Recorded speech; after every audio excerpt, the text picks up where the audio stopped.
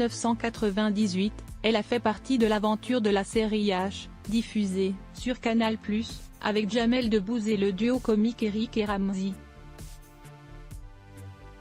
Pendant 2 ans, les histoires atypiques d'un service hospitalier vont rencontrer un succès fulgurant et lancer la carrière de bon nombre de comédiens. Catherine Benguigui a profité de cette ascension avant de s'imposer dans Caméra Café, Plus belle la vie et Aujourd'hui, demain nous appartient. Celle qui jouait le personnage de Béatrice Goldberg a aussi interprété de nombreux seconds rôles au cinéma. Une carrière bien remplie pour la comédienne originaire de Lyon. Montée à Paris lorsqu'elle avait une vingtaine d'années.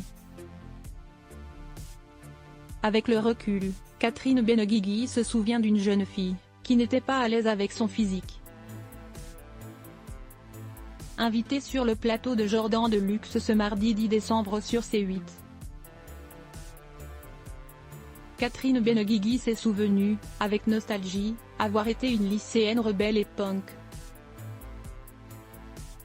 Après avoir été virée de son lycée à 3 reprises pour ses tenues excentriques, c'est dans un établissement religieux qu'elle a poursuivi sa scolarité avant de tenter sa chance à Paris. Moi, j'étais très maigre quand j'étais petite et adolescente. J'étais même anorexique. Je n'aimais pas trop manger, a-t-elle raconté, et de poursuivre. Quand je suis arrivée à Paris, j'ai commencé à faire mes études et je ne sais pas pourquoi, j'ai commencé à me trouver trop grosse, alors que je ne l'étais pas. Et j'ai commencé à faire des régimes. C'était horrible. Jeune fille, la comédienne, qui avait en modèle Charlotte Gainsbourg, a alors drastiquement restreint son alimentation. J'avais commencé les régimes pamplemousse jusqu'à ce que je m'évanouisse en courée. Là j'ai dit, j'arrête. Je ne mangeais pas. Je mangeais que des pamplemousses, a-t-elle ajouté.